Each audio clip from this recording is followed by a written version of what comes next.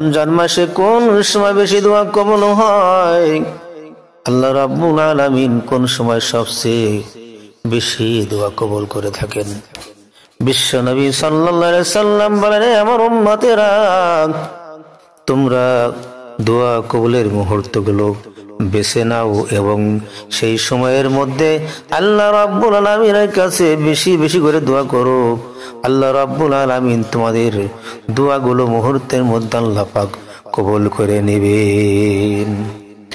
ভাইয়ের আমার, বন্ধুরা আমার, দোয়া কবুলের বিশেষ কিছু সময় হলো, এক নম্বরে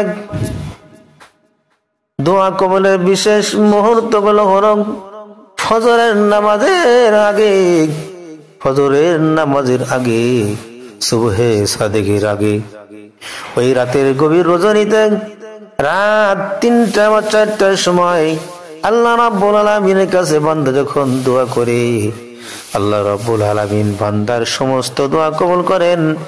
এমনকি বান্দার জিন্দেগির সমস্ত গুনাহগুলো আল্লাহ পাক মাফ করে দেন।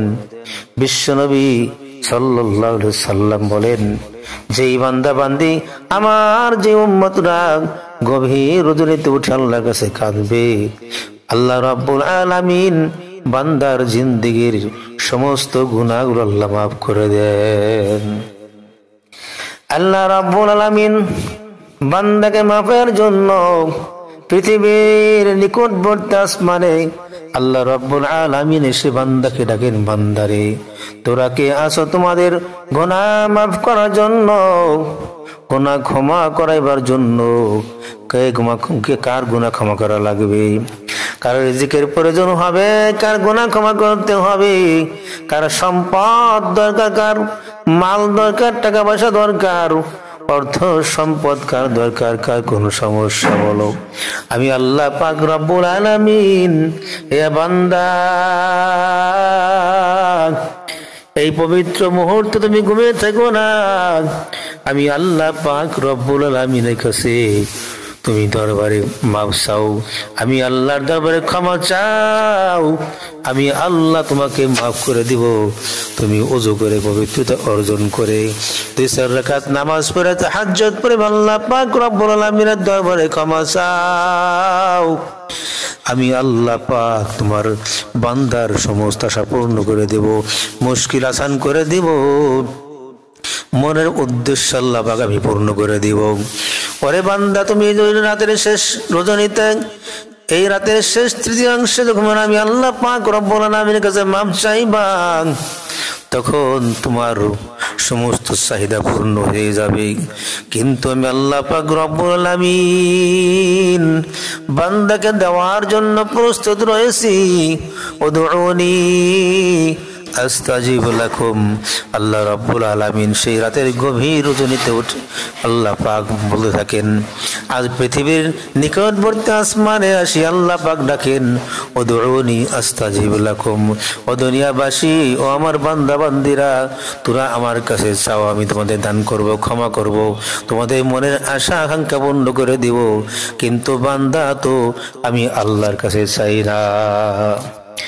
যেই বান্দা বান্দি আল্লাহ পাক রব্বুল আলামিনের কাছে বেশি বেশি চাইবে, আমি আল্লাহ পাক খুশি হই। যে বান্দা বান্দি আমার কাছে চাই না, আমি আল্লাহ বেজার হয়ে যাই।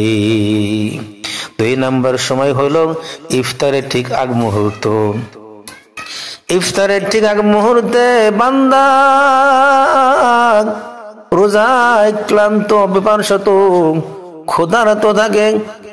এই সময়টাকে ইফতারের সামনে রেখে আল্লাহ পাক রব্বুল আলামিনের দরবারে দোয়া করলে আল্লাহ রাব্বুল আলামিন অবশ্যই অবশ্যই দোয়া করবেন, কবুল করবেন, এর মধ্যে কোনো সন্দেহ নাই। লা শাক্কা ফিহি। আল্লাহ পাক এই সময়টিকে একেবারে কবুলের মুহূর্ত করে রেখে দিয়েছেন। বান্দা ইফতার সামনে রেখে হাত তুললে আল্লাহ পাক বান্দার দোয়া কবুল করবেন, জিন্দেগির সমস্ত গুনাহ মাফ করে দিবেন এবং বান্দার দিলের আশা আকাঙ্ক্ষা আল্লাহ পাক পূর্ণ করে দিবেন। বন্ধুগণ আমার 3 নম্বর সময় ও 3 নম্বর মুহূর্ত হচ্ছে এই রমজান মাস। সারা রমজানে দোয়া কবুল হয়, কিন্তু কিছু মুহূর্ত রয়েছে ওই মুহূর্তের মধ্যে দোয়া করলে আল্লাহ পাক অবশ্যই কবুল করবেন। 3 নাম্বার হচ্ছে আল্লাহ পাক রব্বুল আলামিনের দরবারে কোন বান্দা বান্দি যদি এভাবে লাইলাতুল কদরকে বেছে নেয়, লাইলাতুল কদর বেছে নেয়, রমজান মাস যখন লাইলাতুল কদর চলে আসে, কোন বান্দা যদি সন্ধ্যার সময় গোসল করে গুনাহ মাফ করে দেওয়া হয়, ওই বান্দা গোসল করে পবিত্রতা অর্জন করে সারা রাত জেগে আল্লাহর কাছে মাফ চায়, ক্ষমা চায়, কোরআন তেলাওয়াত করে, ইস্তেগফার করে, চোখের পানি ফেলা, জিকির আজকার করে। আল্লাহ পাক রব্বুল আলামিন বলেন, বান্দা তোমার কোনো চিন্তা নাই, আমি আল্লাহ পাক রব্বুল আলামিন তোর দোয়া কবুল করে নিলাম। ওরে বান্দা, তুমি আজকে আমার কাছে মাপ চাইলা, এত বড় 1000 মাসের চেয়ে উত্তম একটি রাত আমার বান্দা আমাকে পাওয়ার জন্য, ও ফেরেশতারা তোরা সাক্ষী থেকে যা, আমার বান্দারা আমাকে পাওয়ার জন্য, আমাকে পাওয়ার জন্য, আমার দিদার লাভের জন্য, নৈকট্য হাসিল লাভের জন্য আমার বান্দারা কান্দে। তারা জান্নাত দেখে নাই, জাহান্নাম দেখে নাই, আমাকেও দেখে নাই, নবীকেও দেখে নাই, আরে পরকাল দেখে নাই, ওই জাহান্নামের আযাবও দেখে নাই। আমার বান্দাকে আমি মাফ করে দিলাম। আমার যেই বান্দা বান্দি আল্লাহ পাক রব্বুল আলামিনের কাছে মাফ চাই, ক্ষমা চাই, এই লাইলাতুল কদর রাতের ওসিলা করে আমি আল্লাহ ক্ষমা করে দিলাম।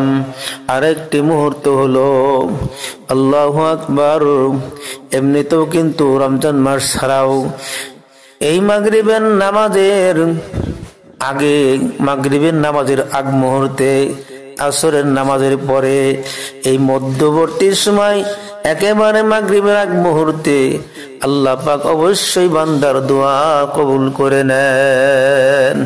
এজন্য আমরা ইফতার সামনে রেখে আল্লাহ পাক আমাদেরকে দোয়া করতে বলেছেন, অবশ্যই আমরা দোয়াগুলো করব। আল্লাহ রাব্বুল আলামিন বলেন, বান্দা গুনাহ থেকে মুক্ত হলে, ঈমান নিয়ে যদি আমার কাছে আসতে চাও, তাহলে গুনাহ ছাড়ো।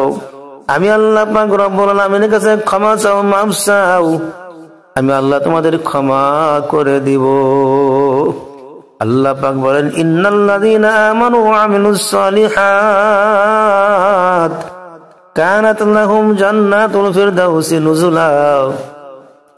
গুনাহ ছাড়ো, গুনাহ ছেড়ে তওবা ইস্তেগফার বেশি বেশি করো, আমি আল্লাহ পাকের উপর ঈমান আনো, নেক আমল করো, আমলে সলেহ করো। যারা আমি আল্লাহ পাকের উপরে ঈমান আনে, আমলে সলেহ করে, কানাত লাহুম জান্নাতুল ফিরদাউসি নুজুলা, আমি আল্লাহ পাক রব্বুল আলামিন এই সমস্ত মানুষদের জন্য জান্নাতুল ফিরদাউস দান করে দিব। জান্নাত দো জগ সে ইয়ারাম ক্যা করো, আরজু হাই মাই तुझसे देखा करो, जन्नत दो जुग से याराम क्या करो,